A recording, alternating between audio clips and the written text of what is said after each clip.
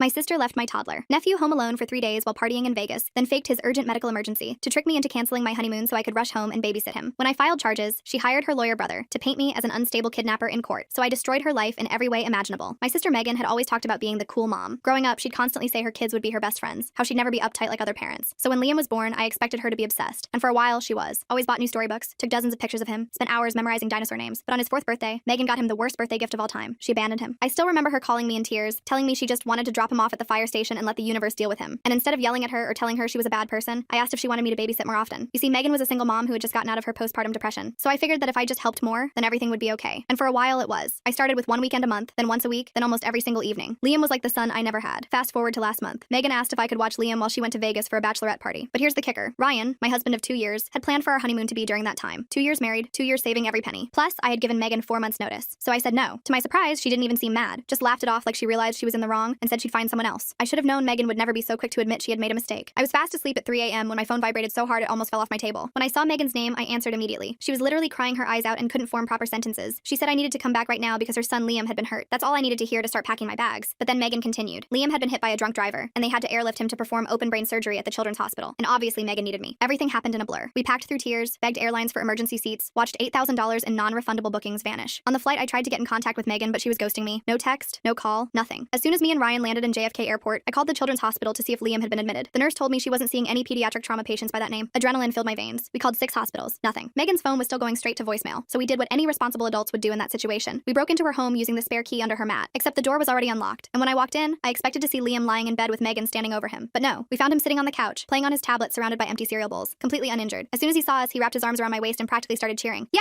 Hello! I peeled him off of me and gently asked where his mommy was. She left 3 days ago. She told me she couldn't afford a babysitter, but that you would be back from your vacation soon to take care of me. So you didn't get into any accidents or injuries? Ryan asked, trying to wrap his head around everything. No, why would I be hurt? I can take care of myself, Liam responded, joyful as ever. My blood went cold. I called Megan from her landline, and this time she picked up. The first thing I heard was the song California Girls blaring in the background. Hey, what's up? She asked, slurring her words together. What the F is going on, Megan? What do you mean? She asked, as if playing dumb would work in this situation. You told me Liam was in surgery. I was then interrupted by the sound of Megan cackling like a witch. Ha ha ha. I knew if I lied, then you wouldn't come back. You were being super extra about your honeymoon. Must be nice having money to throw around while single moms struggle. Behind me, Liam asked in a small voice if he could live with us. He said Mom didn't want him anymore. Megan must have heard him through the phone because her tone shifted instantly, venomous and cruel. She accused me of turning her son against her and said this had been my plan all along. That's when I finally realized Megan wasn't some misunderstood single mother. She was a washed up, irresponsible, self-absorbed sociopath. And I was ready to make her pay. I hung up on her mid-rant. My hands were shaking so bad I could barely hold the phone. Ryan was already in the kitchen making Liam a proper meal. The kid had been living on cereal for 3 days. 3 whole days alone. He was 4 years old. I sat down next to Liam and tried to keep my voice calm. I asked him if he'd been scared. He shrugged and said Mommy told him he was a big boy now. Said she'd done it before when I was busy. My stomach dropped. This wasn't the first time. I pulled out my phone and called child services right there. The lady on the other end sounded tired, like she'd heard it all before. She took down all the information and said someone would come by tomorrow. Tomorrow wasn't good enough for me. I told her a 4-year-old had been abandoned for 3 days. She said since he had food and shelter, it needed to go through proper channels, but assured me they'd prioritize the case. I wanted to scream. Ryan finished making mac and cheese and brought it over. Liam ate like he hadn't seen real food in days. Between bites, he told us about how he'd been too scared to go outside, how he'd run out of milk on day 2, how he'd tried calling me but didn't know my number by heart. Each detail made me angrier. After dinner, we gave him a bath and put him in our guest room. He fell asleep clutching my hand. Ryan and I stayed up all night discussing what to do. We couldn't just leave him here when Megan got back, but we also couldn't legally take him. We were stuck. The next morning, a social worker named Martha showed up. She was maybe 50, wearing a wrinkled blazer and carrying a clipboard. She interviewed Liam gently, asking about his time alone. He told her everything he told us. She took notes and photos of the empty fridge and the mess. Then she pulled me aside. She said they'd open a case but warned me these things take time. Megan would get a chance to explain herself. The system favored keeping families together. I told her that was bullpoop. She just shrugged and said that's how it works. 2 days passed. Liam stayed with us and we fell into a routine. Breakfast, cartoons, lunch at the park, afternoon nap, dinner, bath, bed. It felt natural, right? Ryan was amazing with him, reading stories and teaching him card games. On the 3rd day, Megan showed up at our door. She looked like hell. Hair greasy, makeup smeared, reeking of alcohol and cigarettes. She demanded Liam back immediately. I stood in the doorway and told her no. She tried to push past me, but Ryan stepped up behind me. Megan started screaming about her rights as a mother, said we were kidnapping her son. The neighbors came out to watch. I stayed calm and told her to leave or I'd call the cops. She laughed and said go ahead, said she'd already called them herself. Sure enough, 10 minutes later, a patrol car pulled up. 2 officers got out looking bored. Megan ran up to them crying, saying we'd stolen her baby. The officers separated us to get both sides. I explained everything. The abandonment, the lies about the accident, the 3 days alone. I showed them my phone records, the calls to hospitals. They nodded and took notes. Then they went inside to talk to Liam. He was coloring at the kitchen table. When they asked if he wanted to go home with Mommy, he shook his head hard. Said he wanted to stay with Aunt Emma and Uncle Ryan. Said Mommy left him alone and he was scared. The officers exchanged looks. They came back outside and told Megan she needed to leave. Said this was a civil matter now, not criminal. Told her to work it out with child services. She lost it completely. Started screaming that I'd brainwashed him, that I'd always been jealous of her, that I couldn't have kids so I was stealing hers. The officers warned her to calm down. She didn't. They ended up putting her in the back of the patrol car to cool off. Before they drove away, one officer pulled me aside. He said to document everything. Take pictures, save texts, record calls if legal in our state. Said I'd need it. I knew then this was just the beginning. Megan wasn't going to give up easy. She'd rather destroy everything than admit she was wrong. But I looked back at Liam, peacefully coloring at our table. evil and knew I'd fight. He deserved better than her. He deserved a real family, and I was going to make sure he got one. The next morning, I woke up to 27 missed calls, all from Megan. My phone screen glowed accusingly in the dim morning light, each notification a reminder of the storm I'd unleashed. I didn't listen to the voicemails. I already knew what they'd say. Threats, manipulation, fake tears, and promises she'd never keep. The same toxic cocktail she'd been serving for years. Ryan made pancakes while Liam watched cartoons, his small body curled up on our couch like he belonged there. The smell of butter and syrup filled our kitchen, and for a moment, everything felt normal. Liam giggled at something on TV, and Ryan hummed while he cooked. For about an hour, I let myself believe this could work. Then the doorbell rang. It was Megan's brother Derek, wearing his fancy lawyer suit that probably cost more than our mortgage payment. His shoes were polished to a mirror shine, and his smile was sharp as a blade. He handed me an envelope with theatrical formality and said I'd been served. The paper felt heavy in my hands, like it was made of lead instead of trees. I opened it right there on my doorstep, my fingers trembling slightly. Custody petition. Emergency hearing scheduled for next week. The legal language swam before my eyes, but the meaning was crystal clear. Derek smirked and said Megan had hired him to get her son back. Said I didn't stand a chance against a real lawyer. Said blood was thicker than water, and judges always sided with biological mothers. I slammed the door in his face hard enough to rattle the windows. I spent the rest of the day calling lawyers, my fingers cramping from dialing so many numbers. Most wanted $5,000 just to start, speaking in smooth professional voices that turned cold when I mentioned payment plans. We had maybe $2,000 in savings after the ruined honeymoon we'd had to cancel when Liam came to stay. I found one guy named Paul who'd take payments. He sounded young but eager, his voice cracking slightly when he talked about fighting for children's rights. We met that afternoon at a coffee shop downtown, while Ryan watched Liam at the park. Paul looked even younger in person, maybe fresh out of law school, with an ill-fitting suit and an earnest expression. His briefcase was new, the leather still stiff, but he listened carefully and took detailed notes in surprisingly neat handwriting. He said we had a good case, but warned me Derek was known for playing dirty. Said to expect surprises in court, things that would make me angry, things that weren't true but sounded believable. I asked what kind of surprises. He just shook his head and said to document everything, every text, every call, every interaction. That night, Liam had nightmares that shook the whole house. He kept crying for his mom, then pushing me away when I tried to comfort him, his small fists batting at my hands. It broke my heart into a million pieces. The kid was so confused, caught between loving his mother and knowing she'd left him. In the morning, he apologized for being bad, his voice so small I could barely hear it. His eyes were puffy from crying, and he wouldn't meet my gaze. I told him he wasn't bad, just scared, and that was okay. He asked if mommy was mad at him, twisting his dinosaur pajama top in his tiny hands. I didn't know what to say. How do you explain to a 4-year-old that his mom is a selfish disaster who chose Vegas over him? You don't. You just hug him and make breakfast scrambled eggs with cheese, just how he likes them. The week flew by in a blur of preparation and anxiety. I took time off work to prepare for court, using vacation days I'd been saving for something happier. Paul had me write down everything I could remember about Megan's parenting. The missed pickups where Liam waited at preschool until the teachers called me. The forgotten birthdays where I'd rushed out to buy cakes and presents so he wouldn't know his mom forgot. The times she'd shown up hammered, stumbling and slurring while Liam hid behind my legs. It filled 12 pages of careful documentation, each incident dated and detailed. Ryan took photos of Liam's room at our house versus his room at Megan's. Ours had books and toys and clean sheets, walls covered in his artwork that we'd framed like museum pieces. Hers had a bare mattress and empty beer cans, cigarette burns in the carpet, and windows so dirty you couldn't see through them. We thought we were ready. We weren't even close. The morning of the hearing, I put on my best dress, a navy blue one I'd worn to job interviews, professional but not severe. Ryan wore his only suit, the one from our wedding, now a bit tight around the middle. We dropped Liam at my friend Nicole's house, a cheerful place that smelled like fresh cookies and had 3 dogs for him to play with. He clung to me at the door, his fingers twisted in my dress, begging not to go back to mommy's house. His fear was a living thing, radiating from his small body. I promised him everything would be okay, the lie tasting bitter on my tongue. I hoped I wasn't lying. The courthouse was old and intimidating, all marble and dark wood, designed to make regular people feel small. Paul met us outside, looking nervous and adjusting his tie repeatedly. He said Derek had filed additional documents that morning, thick manila folders that made my stomach drop. Wouldn't say what was in them, just told us to stay calm no matter what happened, to let him do the talking. The courtroom was smaller than I expected, more like a conference room than the grand halls of justice from TV. It smelled like old paper and floor polish. Megan sat at the other table wearing a conservative dress I'd never seen before, probably borrowed from someone with better sense. Her hair was neat, pulled back in a modest bun, makeup subtle and maternal. She looked like a different person, like someone had dressed up a wolf in sheep's clothing. Derek sat beside her in an expensive suit that screamed success and reliability. The judge was an older woman with gray hair pulled back severely and tired eyes that had seen too many family disasters. She read through the papers while we waited, occasionally making notes with a gold pen. The silence was suffocating. Finally, she looked up over her reading glasses and asked Derek to present his case. Derek stood and launched into a speech about a loving mother being denied her child, his voice rich with false sympathy. He painted Megan as a struggling single mom who'd made one mistake, overwhelmed by the pressures of modern parenthood. Said she'd been exhausted and asked her sister for help, a moment of vulnerability twisted into abandonment. Said I'd agreed to babysit for a few days, then refused to return Liam, turning a family favor into a kidnapping. The judge took notes, her expression unreadable. Then Derek dropped the bomb. He submitted documents showing I'd been treated for depression 5 years ago after a bad breakup. Said I was mentally unstable, prone to erratic behavior, unfit to care for a child. The papers made a soft thud as they hit the judge's desk. I felt the blood drain from my face, my hands going cold. How did he even get those records? They were supposed to be confidential. Paul objected immediately, saying the records were irrelevant and obtained through improper channels, his voice rising with indignation. The judge said she'd review them for relevance but would need to verify their authenticity, adding them to her growing pile of evidence. Derek continued, presenting character statements from 3 of Megan's friends' women I recognized as her drinking buddies, all saying what a devoted mother she was, how she lived for Liam. All lies wrapped in legal language, but they sounded convincing, professionally written. Then he called Megan to testify. She walked to the stand slowly, playing up the grieving mother angle. She cried on cue, talking about how much she missed her baby, how empty her arms felt without him, how I'd always been jealous of her, jealous that she had a child, jealous of her freedom, jealous of everything, how I'd turned Liam against her with lies and bribes. She was good, really good. If I didn't know better, I'd almost believe her myself. Her tears looked real, her voice cracked at just the right moments. When Paul's turn came, he presented our evidence methodically. The photos, the documentation, the frantic calls to hospitals when Megan disappeared. He had me testify about finding Liam alone, describing the terror in his eyes when I found him, about the pyramid of cereal bowls and empty fridge, about him saying he was being a big boy and taking care of himself, about Megan laughing from Vegas, the sound of slot machines in the background while her son sat hungry and alone. The judge seemed interested but not convinced, tapping her pen thoughtfully. She asked why I hadn't called child services immediately when Megan first started leaving Liam with me so often. I explained that I was trying to help my sister, trying to keep the family together, trying to protect Liam from the system. She nodded, but I could tell it wasn't enough. My explanation sounded weak even to my own ears. Then Paul called his witness, Martha, the social worker who'd responded to the wellness check. She testified about finding Liam alone and scared, how he'd been too frightened to open the door at first, about the condition of Megan's house, the overflowing trash, the empty beer bottles, the lack of food suitable for a child, about Liam saying this wasn't the first time Mommy left him alone, that he knew how to use the microwave and where the cereal was kept. Derek objected repeatedly, claiming hearsay and bias, but Martha held firm. She'd been doing this for 20 years. She knew neglect when she saw it, and she'd seen plenty. The judge listened carefully, making extensive notes. When Martha finished, things felt more balanced, but I could see Megan whispering urgently to Derek, her facade cracking. They had something else planned. Derek stood for his closing argument, straightening his tie like an actor preparing for his big scene. He acknowledged Megan had made mistakes, but said she deserved another chance, that everyone deserved redemption. Then he dropped another bomb. He claimed I'd been giving Liam alcohol, letting him sip beer at family gatherings, said a neighbor had seen it happen multiple times. I nearly jumped out of my chair, my whole body going rigid with shock. Paul grabbed my arm, his fingers digging in, reminding me to stay calm. The judge asked for evidence, her eyebrows raised skeptically. Derek said the witness was outside, ready to testify. The judge considered for a moment, then allowed it. In walked Megan's neighbor, an older man named Thomas who reeked of cigarette smoke. I recognized him vaguely. He lived 2 houses down from Megan and always seemed to be watching from his window. He testified that he'd seen me give Liam beer at a barbecue in Megan's backyard, said the boy was stumbling around hammered while I laughed. It was complete fiction. We'd never even had a barbecue at Megan's house. I avoided going there whenever possible. Paul cross-examined him hard, his young voice gaining strength, asked for dates, times, details. What kind of beer? What was Liam wearing? Who else was there? Thomas fumbled with his answers, contradicting himself, sweating under the fluorescent lights. It was obvious he was lying, but damage was done. The judge looked concerned, doubt creeping into her expression. She said she needed time to review everything, granted Megan temporary custody until the next hearing in 2 weeks. I felt my world collapse, the floor seeming to tilt beneath my feet. Paul tried to argue, but the judge had decided. Her gavel came down with finality. Liam would go home with Megan that day. We had 2 hours to pack his things and drop him off. I spent those 2 hours crying, ugly sobs that shook my whole body. Ryan packed while I held Liam, memorizing the weight of him, the smell of his hair. He kept asking why he had to go, his voice getting smaller with each question. I couldn't give him a real answer, just kept saying it was only for a little while, the lie burning my throat. When we pulled up to Megan's house, she was waiting outside, still in her court dress but smoking a cigarette, the maternal facade already crumbling. She flicked it away as we approached, the butt still smoldering on her dead lawn. Liam death gripped my hand, his whole body trembling. I knelt down and promised I'd see him soon, told him to be brave, to remember that we loved him. He nodded, but tears were streaming down his face, leaving clean tracks through the dirt on his cheeks. Megan grabbed his hand roughly and yanked him toward the house, her nails digging into his small wrist. Didn't even let him say goodbye to Ryan. As they reached the door, she turned back with a nasty smile, the real Megan finally showing through. Told you not to mess with me, she said, her voice dripping with satisfaction. Then they were gone, the door slamming shut like a prison cell. I sat in the car and sobbed while Ryan rubbed my back. Ryan drove home in silence, his jaw clenched so tight I could hear his teeth grinding. The house felt empty without Liam, like all the air had been sucked out. His coloring books were still on the table, open to a half-finished picture of a rainbow. His favorite stuffed dinosaur on the guest bed, one eye missing from too much love. I couldn't eat, couldn't sleep, just kept replaying the hearing in my head. How had it gone so wrong? How had lies won over truth? 3 days later, I drove by Megan's house, just to check. I parked across the street, feeling like a stalker but not caring. Her car wasn't there, but I could see Liam in the window, his small face pressed against the glass. He looked okay, sad, but okay. No visible bruises. I wanted to knock, to hug him, to take him home where he belonged, but knew that would make things worse, would give Derek more ammunition. I drove away feeling helpless, my hands shaking on the steering wheel. That night Paul called. He'd been investigating Thomas's testimony, working late hours for free because he believed in our case. Found out Thomas owed Megan money, a lot of money. Gambling debts from her ex-boyfriend's poker games, IOUs that went back years. We had our leverage. Paul said to be patient, to trust the system. Said things would turn around at the next hearing. I wanted to believe him. A week passed with no word. I texted Megan asking about Liam, keeping my messages neutral and polite. No response. I called child services for updates. They said the case was progressing. Bureaucratic speak for nothing, whatever that meant. Ryan tried to keep me distracted, but I was a mess. Couldn't focus at work, snapped at everyone, forgot important meetings. My boss gave me a warning, said I needed to get it together. I didn't care about the job. All I cared about was getting Liam back. Then everything changed. It was midnight when the doorbell rang, the sound cutting through the quiet house like a scream. Ryan grabbed a baseball bat from the closet, thinking it was a burglar or something. But when I opened the door, there was Liam, alone, in his pajamas, with a black eye that made my blood run cold. I pulled him inside immediately, scooping him into my arms. He was shivering and crying, his whole body shaking with sobs. His pajamas were dirty and too small, like he'd been wearing them for days. I wrapped him in a blanket while Ryan locked the door, checking the street for any sign of Megan. When I asked what happened, Liam could barely speak through his tears. His words came out in hiccups and gasps. Finally, he managed to tell us. Mommy's new friend Brett had hit him, said he was being too loud watching TV. Megan had told him to stop crying or Brett would hit him again. So he'd waited until they were asleep, listening to their snores, and snuck out the back door. Walked 8 blocks in the dark to our house, navigating by memory and streetlights. 4 years old, 8 blocks, alone, in the middle of the night. My hands shook as I examined his eye. It was swollen almost shut, purple and angry. Ryan took photos while I held Liam, evidence captured in harsh kitchen light. We needed evidence. We needed proof that couldn't be denied. I called 911, my voice surprisingly steady. Told them about the assault and that Liam had fled to our house for safety. They sent an officer and an ambulance, sirens cutting through the night. The EMTs checked Liam over with gentle hands, documenting every bruise with clinical precision. There were more than just the eye. Finger marks on his arms where someone had grabbed him. A bruise on his back shaped like a boot print. They said none needed immediate hospital care, but recommended we follow up with his pediatrician first thing in the morning. The officer took our statements and photos, his face grim. Said they'd investigate immediately, that crimes against children were top priority. I asked if Liam could stay with us. He said given the circumstances, yes, at least until child services reviewed the case in the morning. We put Liam back in the guest room, his room. This time I stayed with him until he fell asleep, sitting on the floor beside his bed. He held my hand so tight it hurt, like he was afraid I'd disappear if he let go. In the morning, I called Paul before Megan even woke up. He said to document everything and file an emergency custody petition immediately. Said the black eye changed everything. Physical abuse was a line no judge could ignore. We spent the morning at his office, filling out paperwork while Liam colored quietly in the corner, flinching whenever someone walked by too fast. It unalived me to see him so scared, so different from the giggling boy who'd watched cartoons just days before. By noon, Megan had discovered Liam was gone. She called me screaming, her voice so loud I had to hold the phone away from my ear. care. Said I'd kidnapped him again. Said she'd have me arrested for interference with custody. I told her about the black eye, about Brett, and hung up. She called back 20 times in 10 minutes. I didn't answer. Then she showed up at our house with Brett, their car screeching into our driveway. Ryan met them at the door while I kept Liam in the back room, holding him while he shook. I could hear Megan screaming about her rights, about how we'd pay for this. Brett was yelling too, calling us names I won't repeat, threats that made my skin crawl. Ryan stayed calm, told them to leave or he'd call the police. They didn't leave. Ryan called the police. The same officer from the night before showed up, already familiar with the situation. He recognized Brett immediately, his face hardening. Turns out Brett had a record: assault, substance possession, DUI, domestic violence. The officer told them both to leave and not come back. Said if they tried to take Liam, they'd be arrested for child endangerment. Megan went ballistic, started throwing things from her purse at our house: lipstick, keys, even her phone, which shattered on the concrete. The officer had enough. He cuffed her for disorderly conduct, the metal clicking with finality. Brett tried to intervene and got cuffed too, shouting about police brutality. As they were loaded into the patrol car, Megan screamed that this wasn't over, that she'd destroy me, ruin my life, take everything I loved. I believed her, but I didn't care. Liam was safe. The emergency hearing was scheduled for 3 days later. Paul said we had a strong case now: physical abuse documented by professionals, criminal records, the midnight escape that showed Liam's desperation. But he warned me Megan would come out swinging. Sure enough, the next day Derek filed countercharges, claimed I'd coached Liam to lie about the abuse, said I'd caused the bruises myself to frame Brett, that I was that desperate to keep Liam, even alleged I'd planted substances in Megan's house during previous visits. It was insane, but I knew some judges might consider it. Paul told me not to worry, said Derek was desperate, throwing everything at the wall hoping something would stick, but I was worried. Megan had already proven she'd lie about anything, and Derek knew how to make lies sound like truth. The night before the hearing, I couldn't sleep. I kept checking on Liam every hour, making sure he was still there, still safe, still breathing. Ryan tried to reassure me, but I could see he was worried too. The tension in his shoulders, the way he kept checking the locks. We'd already lost once. What if we lost again? What if the judge believed Derek's lies? What if Liam had to go back to that house with Brett? I made myself sick thinking about it, running to the bathroom twice. In the morning, I threw up twice more before we even left for court, but I put on my brave face for Liam, told him everything would be okay, prayed I was right this time. This time we were ready for Derek's tricks. Paul had spent days preparing, barely sleeping. He'd interviewed neighbors who'd seen Megan's neglect, people who'd wondered why Liam was always at our house, found records of missed doctor appointments, immunizations Liam had almost missed if I hadn't taken him. Even got Brett's ex-girlfriend to write a statement about his violence, about the reason she'd fled with their daughter. We had a solid case built on facts, not fiction. But when we walked into the courtroom, I saw Megan's secret weapon, her mother, my mother, sitting right behind her, glaring at me with familiar disappointment. I hadn't seen her in 2 years, not since she'd taken Megan's side in our last fight, choosing her golden child over truth. Now she was here to support the daughter who'd abandoned her grandson. Of course she was. The judge was different this time. A younger man who looked like he'd rather be anywhere else, checking his watch repeatedly. He rushed through the preliminaries and asked Derek to present. Derek stood and immediately went on the attack. Said I was a vindictive sister who'd always resented Megan's motherhood. Said I'd manipulated a confused child into telling lies for attention. He presented affidavits from Megan and Brett denying any abuse, notarized lies on official paper. Then he called our mother to testify. She took the stand and lied through her teeth with practiced ease. Said I'd always been unstable, jealous, difficult. Said she'd seen me drinking heavily around Liam at family gatherings that never happened. Said Megan was a wonderful mother who just needed support, not judgment. Every word was a knife in my back, each lie cutting deeper than the last. Paul cross-examined her hard, his youth falling away as he found his courtroom voice. Asked why she hadn't seen Liam in 6 months if Megan was such a good mother. Asked why she'd never called child services if she thought I was drinking around him. Asked why there were no photos of her with Liam from the past year. She fumbled for answers, contradicting herself repeatedly, her story falling apart, but the damage was done. Our own mother had testified against me. The judge looked troubled, making notes. Then Paul presented our evidence. The photos of Liam's bruises, each one documented and dated. The police reports written in official language that couldn't be disputed. The record of Brett's violence stretching back years. He called the EMT who'd examined Liam. The man testified clearly about the injuries, said they were consistent with abuse, not accidents. Derek objected repeatedly, but the EMT was a professional. His testimony carried weight that lies couldn't match. Then came the moment I dreaded. Liam had to testify. The judge cleared the courtroom of everyone except essential parties, making it less intimidating. Liam sat in a special chair, clutching his dinosaur, looking so small. The judge asked him gentle questions about what happened, his voice soft and patient. Liam told the truth in the simple, honest way only children can. Said Brett hit him when he spilled juice on the carpet. Said mommy told him not to cry or it would be worse. Said he was scared and ran to Aunt Emma's house because that's where he felt safe. He was so brave, so honest. Even Derek couldn't shake his testimony, couldn't make a 4-year-old sound like a liar. When it was over, Liam ran to me. The judge allowed it. Let him sit on my lap for the rest of the hearing, a small kindness that meant everything. Paul's closing argument was passionate. He talked about a little boy who'd been failed by his mother repeatedly, who'd been left alone, neglected, and finally abused, who'd found safety with his aunt and uncle only to be dragged back into danger. He asked the judge to protect Liam, not enable his abuser, to see through the lies to the truth written in bruises on a child's body. Derek's closing was all emotion and manipulation. He talked about a mother's love and second chances. Said foster care statistics proved children did better with biological parents, quoted studies and percentages. It might have worked if Liam hadn't been sitting right there with a black eye. The evidence impossible to ignore. The judge deliberated for an hour, the longest hour of my life. Liam fell asleep in my arms while we waited, trusting me to keep him safe. Finally, the judge returned. He granted us temporary custody with a clear path to permanent adoption if Megan didn't comply with requirements. Said Megan could have supervised visitation only, 1 hour a week at a county facility. Required her to take parenting classes and undergo psychological evaluation. Brett was banned from any contact with Liam, a restraining order to be issued immediately. Megan exploded, started screaming about her rights, about corruption, about me poisoning her son against her. The judge threatened contempt charges, his patience exhausted. Derek managed to calm her down and get her out of the courtroom, practically dragging her. As they left, she shot me a look of pure hatred that promised this wasn't over. I knew she'd be back. She'd appeal, she'd lie, she'd manipulate, but for now, Liam was safe. He was ours. That's all that mattered. I held him tighter and let myself breathe for the first time in weeks. The drive home from court felt surreal. Liam was officially ours, at least temporarily. He sat in his booster seat humming some song from a cartoon, like the whole nightmare hadn't happened. Ryan kept glancing at me with this relieved smile. I couldn't stop checking the rearview mirror, half expecting to see Megan's car following us, but the road stayed clear. We stopped for ice cream on the way home. Liam got chocolate with sprinkles, and it dripped all over his shirt. He laughed for the first time in days. That sound was worth more than anything. That night we had a little celebration, just the 3 of us. Pizza and Liam's favorite movie about talking cars. He fell asleep between us on the couch, one hand clutching Ryan's shirt, the other holding mine. We carried carried him to bed together, tucking him in with extra care. I must have checked on him 10 times that night, each time finding him safe and sound, spread out like a starfish with his dinosaur. The next morning, Paul called with bad news. Megan had already filed an appeal. Derek was claiming judicial bias and procedural errors. Said the judge rushed the decision without considering all evidence. Paul said not to worry, that appeals rarely worked in these cases, but I could hear the concern in his voice. Derek was good at finding loopholes. We'd won a battle, but the war wasn't over. 2 days later, things got worse. I was at work when my boss Ralph called me into his office. He looked uncomfortable, wouldn't meet my eyes, said he'd received a call from someone claiming I was under investigation for child abuse, that I was mentally unstable and dangerous. He didn't believe it, but corporate policy required him to place me on administrative leave pending investigation. I knew immediately it was Megan, or Derek, probably both. They were trying to destroy my credibility before the appeal. Ryan found a threatening note on his car that same day. Cut out magazine letters like some bad movie. Said we'd regret stealing Liam, that we'd pay for ruining Megan's life. We took it to the police, but they said without proof it was from Megan. They couldn't do much. Just add it to the file. The officer suggested we get security cameras. We installed them that weekend, covering every angle of our property. The supervised visitation started the next week. I had to drop Liam at the county facility every Saturday. He cried the whole drive there, begging not to go. The supervisor was nice, a woman named Deborah who'd seen it all. She promised to keep him safe. The visits were only an hour, but felt like forever. I'd sit in the parking lot the whole time watching the clock. When Liam came out, he'd run to me like he'd been gone for days. Megan used those visits to mess with his head, told him I was keeping him prisoner, that she was fighting to save him, that soon he'd come home and everything would be better. The supervisor documented everything, but the damage was done. Liam started having nightmares again, wetting the bed, asking if he was bad for not wanting to live with mommy. We got him into therapy with a child psychologist named Dr. Hannah. She was amazing with him, using play therapy to help him process everything. 3 weeks after the hearing, our security cameras caught something interesting. Brett sneaking around our house at 2 a.m., trying car doors and checking windows. He was clearly hammered, stumbling and cursing. The footage was crystal clear. We called the police immediately. They arrested him for attempted burglary and violating the restraining order. Turns out he had meth in his pocket too. He was looking at serious jail time. Megan went ballistic when Brett got arrested, called me screaming that I'd set him up, said I'd planted the substances just like she'd accused me of before. I recorded the whole call, every unhinged word. Paul said it was gold for our case. Showed her true colors. She was spiraling without Brett, her muscle and substance connection gone. The next supervised visit, she showed up high. Pupils dilated, jaw clenching, talking too fast. Deborah documented everything and called it off after 20 minutes. That's when things escalated. I was grocery shopping with Liam when I noticed my car making weird noises. Something felt off with the steering. We made it home, but I called our mechanic friend Willie to check it out. He found the problem immediately. Someone had loosened the lug nuts on my front tire. A few more miles and the wheel would have come off. Could have unalived us both. Willie said it looked deliberate, not wear and tear. We filed another police report. Ryan was furious. Wanted to confront Megan directly. I had to physically stop him from driving to her house. We couldn't give her any ammunition for the appeal. Had to play it smart. Paul advised us to hire a private investigator. Said we needed to build an airtight case for permanent custody. The PI was expensive, but Ryan's parents helped. They'd grown to love Liam like their own grandchild. The PI's name was Robert. Different Robert, not the lying neighbor. Former cop who knew how to dig up dirt legally. Within a week, he had interesting information. Megan had been collecting disability benefits for Liam. Claimed he had severe autism that required constant care, but she'd been pocketing the money instead of getting him therapy. Never took him to any appointments. The fraud went back 2 years. Thousands of dollars stolen from a program meant to help kids. We also learned about Brett's mechanic friend, a guy named Parker who'd been seen near our house the night before my car trouble. The same Parker who'd done time for insurance fraud involving staged accidents. The pieces were falling into place. Robert kept digging while we prepared for the appeal hearing. He was worth every penny, finding things we never could have discovered ourselves. Meanwhile, Liam was thriving despite everything. His bruises healed and his confidence grew. He made friends at the park, learned to ride a bike with training wheels, started reading simple books. Every milestone felt like a victory. Ryan taught him to play catch in the backyard. I read him stories every night, doing all the voices until he giggled. We were becoming a real family. The appeal hearing was set for 6 weeks after the original decision. Paul had us prepare even more thoroughly. We had Liam's therapist ready to testify about his progress with us versus his trauma responses to Megan. Had the supervisor's reports from the disastrous visits. Had the arrest records, the security footage, the mechanic's statement about my sabotaged car. But Derek had tricks too. A week before the hearing, Megan's neighbor Martha, not the social worker, contacted Paul. Said Megan had approached her about lying in court. Offered her $500 to say she'd seen me giving Liam alcohol. Martha was a recovering alcoholic who'd worked hard to rebuild her life. She was offended by the offer and wanted to help us. Said she'd testify about Megan's real parenting. The parties, the men coming and going, the times she'd heard Liam crying alone. Then Robert hit the jackpot. Found out Megan had done this before, not with a kid, but with her ex-boyfriend's dog. Claimed he'd abused it to get custody in their breakup, then sold it a week later. The pattern was clear. She used custody as a weapon, not because she actually wanted responsibility. We had the receipts, the testimony from the ex, even the ad where she'd sold the dog. 3 days before the appeal, Derek tried one last dirty trick. He filed a motion claiming I'd been coaching Liam to lie. Said he had proof. The proof was a heavily edited audio recording of me talking to Liam about the court. Made it sound like I was telling him what to say. But we had the full recording from our security system. Showed Derek's version was chopped up and rearranged. Paul filed charges for evidence tampering. The night before the appeal, I couldn't eat. Kept running through everything that could go wrong. What if the judge believed Derek's lies? What if they gave Liam back to Megan? Ryan held me while I cried, promising everything would work out. Liam must have sensed our stress because he crawled into our bed around midnight. We all slept huddled together, like circling the wagons against danger. The appeal hearing was in a bigger courtroom, more formal, more intimidating. The judge was an older man with kind eyes but a stern expression. He'd clearly reviewed everything thoroughly, asking specific questions about details from months ago. Derek came out swinging but seemed off his game, kept shuffling papers and repeating himself. Found out later he was being investigated by the Bar Association for his evidence tampering. When Robert testified about the disability fraud, Megan's face went white. She hadn't known we knew. The judge asked her directly about the benefits. She stammered and looked at Derek, who objected on grounds of relevance. But fraud involving the child was definitely relevant. The judge overruled him and demanded an answer. Megan tried to lie, but Robert had documents. Check stubs, bank records, forged therapy notes. It was over. Then Martha testified about Megan's attempt to bribe her, produced text messages where Megan offered money for false testimony. The judge's face got darker with every revelation. When Dr. Hannah testified about Liam's trauma and recovery, several people in the gallery teared up. She explained how he'd gone from a scared, withdrawn child to a happy, thriving boy, all because he finally felt safe. Derek's closing argument was desperate. He attacked everyone's credibility, claimed conspiracy, even suggested judicial corruption. It was painful to watch. Paul's closing was simple and powerful. He laid out the pattern of abuse, neglect, fraud, and manipulation. Asked the judge to protect Liam from a mother who saw him as a paycheck and weapon, not a child. The judge didn't need long to decide. He terminated Megan's parental rights completely, cited the fraud, the bribery attempts, the child endangerment, the false accusations, said she'd shown a pattern of behavior that made her unfit to parent, ordered her to pay back the fraudulent benefits and face criminal charges, approved our petition to adopt Liam officially, even waived the usual waiting periods given the circumstances. We'd won, really won, permanently. Megan didn't scream this time, just stared at me with dead eyes while Derek packed up his briefcase. As she walked past our table, she leaned down and whispered that she'd make me pay someday. Security moved her along before she could say more. I didn't care about her threats anymore. Liam was safe, that's all that mattered. The adoption was finalized 2 months later. Same courthouse, but a different feeling entirely. Liam wore a little suit and tie, grinning the whole time. When the judge declared him officially our son, he jumped into our arms yelling, "I have a real family now!" There wasn't a dry eye in the room. Even the bailiff was sniffling.